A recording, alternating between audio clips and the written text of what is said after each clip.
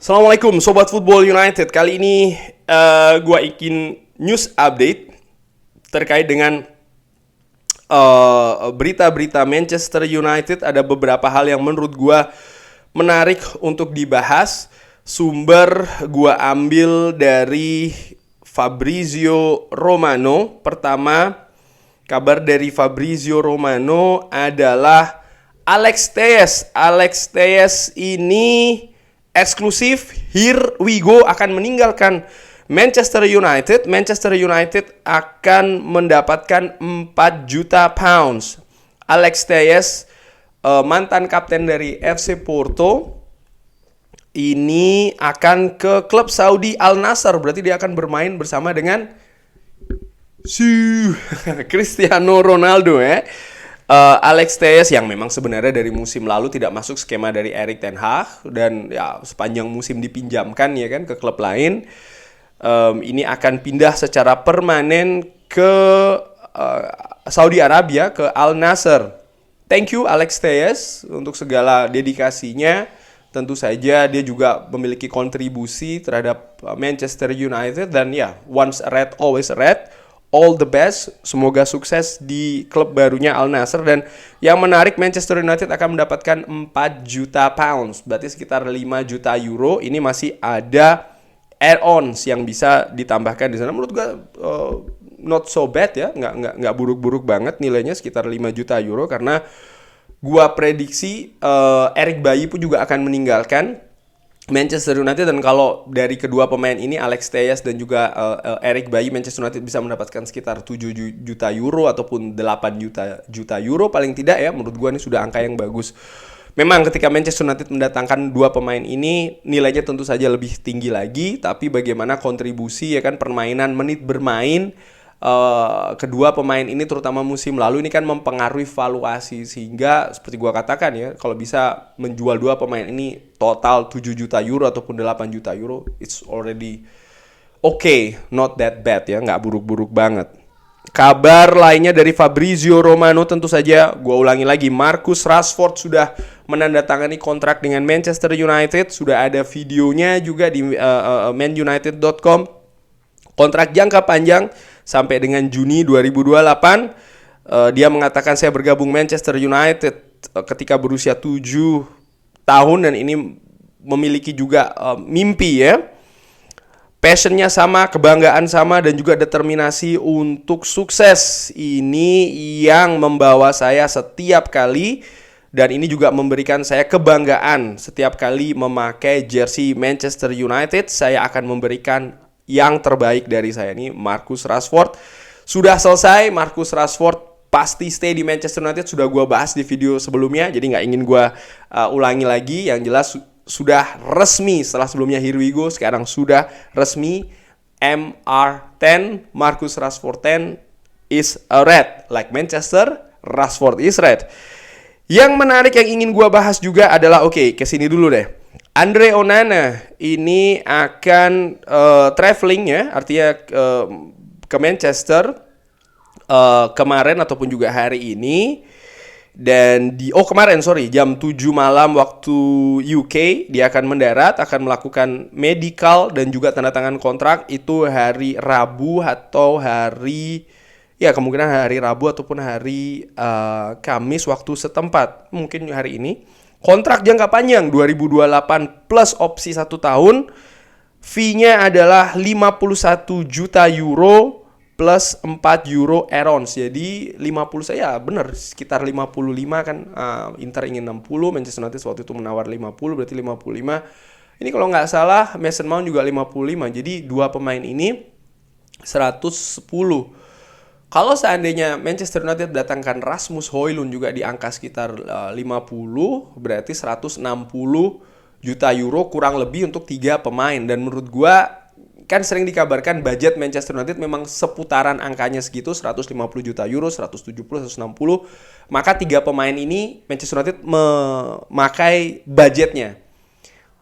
Lalu bagaimana dengan pemain lain? Menurut gue dengan pemain lain Manchester United akan berusaha mendatangkan dengan income. Artinya Manchester United harus menjual dulu pemainnya, dan dari angka penjualan yang didapat ya, pemasukannya baru akan pakai untuk mendatangkan pemain. Kabarnya kan Sofyan Amrabat jadi target juga setelah Rasmus Højlund tentu saja. Tapi ya tentu saja sekarang konsentrasi pandangan mata dari manajemen Manchester United setelah Andre Onana akan ke Rasmus Højlund, setelah Andre Onana dan juga Marcus Rashford ya, karena perpanjangan Marcus Rashford menurut gue juga penting, akan ke Rasmus Højlund nampaknya.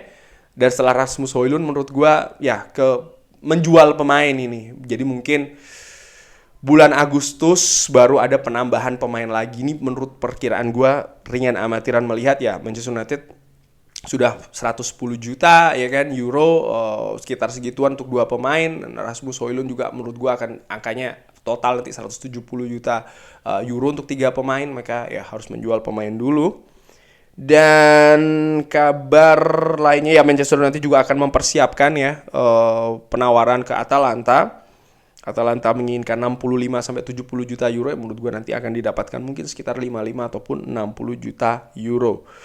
Nah, kabar yang menurut gue juga tidak kalah mengejutkan adalah karena Fabrizio Romano pun juga menulis kabar yang sebenarnya mengejutkan hari ini atau kemarin adalah Johnny Evans akan menandatangani kontrak jangka pendek dengan Manchester United.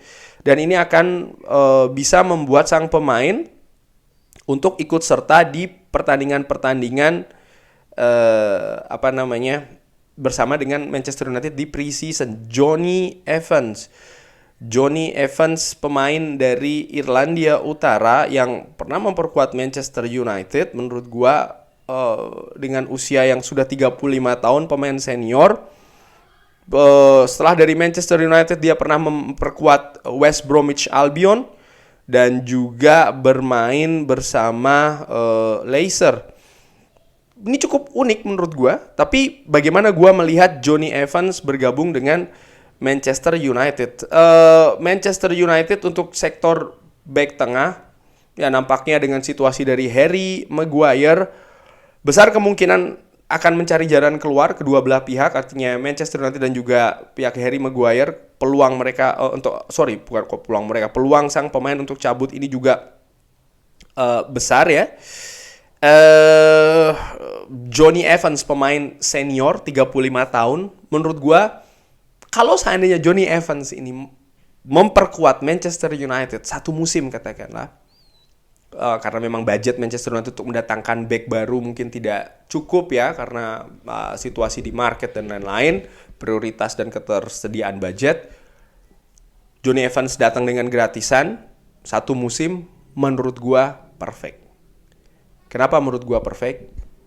35 tahun, dia sudah punya pengalaman bermain bersama Manchester United, pernah menjadi juara Champions League bersama Manchester United, Premier League 3 kali bersama Manchester United, Carabao juga pernah 2 kali bersama Manchester United, bersama Leicester pernah menjadi juara Piala FA sekali ya 2020-2021. Dan sekali lagi pengalamannya sih menurut gue ini sangat penting. Dan juga role ataupun posisi bukan dalam berarti back tengah, enggak, tapi lebih ke dia akan menjadi backup atau rotasi yang cukup bagus. Bukan pemain yang akan mengganggu dressing room karena bukan menjadi pilihan utama, tapi dia juga bisa memberikan kontribusi yang bagus sebagai pemain rotasi ataupun sebagai backup. Dan gue melihat bagaimana penampilan dia bersama Leicester, not so bad. Nggak buruk-buruk banget musim lalu. Gue melihat memang musim lalu Leicester ini secara kolektif bermain buruk. Mungkin karena banyak pemain yang tidak memiliki kejelasan, kontrak sudah mau habis, tersisa 1 tahun, tidak ada kejelasan. Sehingga berbeda dengan Leicester 2 musim yang lalu, 3 musim yang lalu, di mana mereka cukup sering nih meramaikan papan atas. Tapi musim lalu jeblok banget, bahkan pelatihnya sampai dipecat ya kan. Menurut gue ya memang ini hal yang kolektif. Bukan karena katakanlah fokus Johnny Evans, pemain ini spesifik bermain jelek. Gue gak melihat demikian. Pengalamannya bersama dengan Leicester, West Bromwich, bermain di kompetisi Liga Inggris, dia sudah paham inside out, dalam dan juga keluar. Menurut gue ini hal yang penting. Sekali lagi juga di dressing room, pemain yang membantu beradaptasi mungkin ya untuk pemain seperti Rafael Varane ataupun juga Lisandro Martinez, menularkan mungkin pengetahuannya tentang klub. Hal-hal demikian menurut gue ini juga penting. Pemain berusia 35 tahun, 36 tahun ini sudah memiliki segudang prestasi dan juga pengalaman yang menurut gue sangat bagus. Pemain muda pun juga demikian, bisa diberikan bimbingan oleh Jonny Evans. Di samping tugas utama dari pemain untuk bermain di atas lapangan dengan kemampuannya, dengan kapasitasnya, menurut gue oke lah dia ini sebagai backup. Dan ya Manchester United mendatangkan dengan gratisan itu tadi. Jadi gue, kabar yang mengejutkan tentu saja, tapi situasi yang menurut gue bagus sih bagi Manchester United. Kabar lainnya oke, nampaknya itu saja, tidak ada hal-hal lain ya dari Fabrizio Romano. Jadi Rasmus Højlund ini akan menjadi target selanjutnya tentu saja setelah Manchester United mengamankan Andre Onana. Dan mungkin menurut gue, feeling gue akan maksimal satu pemain lagi yang akan didatangkan oleh klub setelahnya, setelah Rasmus Højlund, kalau memang diaman. Karena menurut gue just a matter of time sih, hanya akan tidak akan terlalu lama ya. Karena gue sharing juga di Twitter bagaimana Atalanta mendatangkan pemain ini dari klub sebelumnya dengan harga 17 jutaan. Melalui Transfermarkt valuasinya sekitar 45 jutaan, sehingga gue prediksi akan diperoleh kesepakatan mungkin di 50 atau 55 juta euro. Sebentar, iya, gue ingin melihat dari sumber-sumber lain apakah ada kabar lainnya. Ya oke, Galatasaray dikabarkan juga akan meningkatkan penawarannya untuk Fred. Sebelumnya angkanya sangat rendah sekali ya. Lalu Galatasaray nampaknya akan meningkatkan nilainya. Apakah akan diperoleh kesepakatan? Ya, nampaknya pintu juga semakin terbuka ini untuk Fred meninggalkan Manchester United. Terakhir mungkin ya, Zion Suzuki juga mulai didekati sebagai kiper backup dari Manchester United. Fabrizio Romano mengabarkan demikian. Gue ambil dari MUFC MPB juga demikian. Manchester United sudah memperoleh kesepakatan kabarnya dengan Suzuki dan akan juga melakukan negosiasi dengan Urawa Reds. Wow, oke. Terakhir ya, seperti itu saja nampaknya kabarnya untuk saat ini. Terima kasih sudah menyaksikan. Bagaimana menurut Sobat Football United, terutama kabar tentang Jonny Evans ya. Tanggapannya bagaimana? Bisa drop di kolom komen. Terima kasih sudah menyaksikan. Jangan lupa like, subscribe. Wassalamualaikum warahmatullahi wabarakatuh.